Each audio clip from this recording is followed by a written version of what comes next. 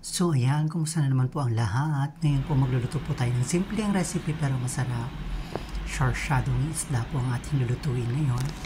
Napakadali po niyang lutuin pero masarap. So ayan po ang ating sangkap.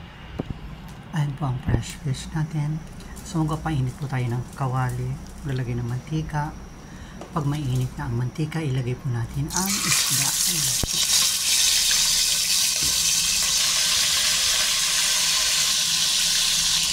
Ayan po, dito natin siya. Medyo i-stir ko natin ng konti.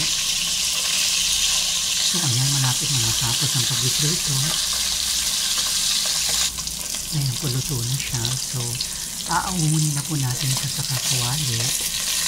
Diyan din po tayo magluluto. Yung mantika po natin ginamit pang prito, yan din po ang gagamitin natin sa pagluluto. So, ilagay na po natin ang bawang. Ang sibuyas at luya, ilagay na rin po natin.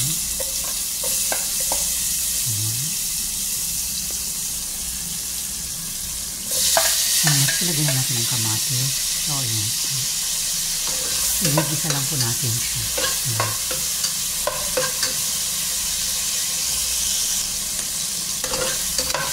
So, maglagay na po. Konting isa lang po. And then, maglalagay na po natin ng sabaw. Ayan. Papakuluan po muna natin siya para lumambot po yung kamatis na lalo. So ayun po, maglagay po ako ng chili powder kasi gusto ko po maanghang. Choice nyo po yun, pero rin hindi. So asin para panlasa po. Ayan, kumulo na po siya. So pag kumulo na po siya ng ganyan, napalambot na po yung kamatis, ilagay na po natin yung ating itlog. Ayan po. So ayan. Nalagay na po natin ang itlog para sa ating shado. Ayan. So, yun po, kunting halo-halo para hindi magbuo-buo yung itlog. Maganda nga po, unti-unti yung ilagay yan para hindi siya magbuo. And then, ipaibabaw na po natin yung ating fish. Ayan po. Malapit na po tayong matapos magluto. So, napakadali lang po i-prepare ang shadong isda. Ayan po, ready na po ang ating shadong isda. Pwede na po siyang serve.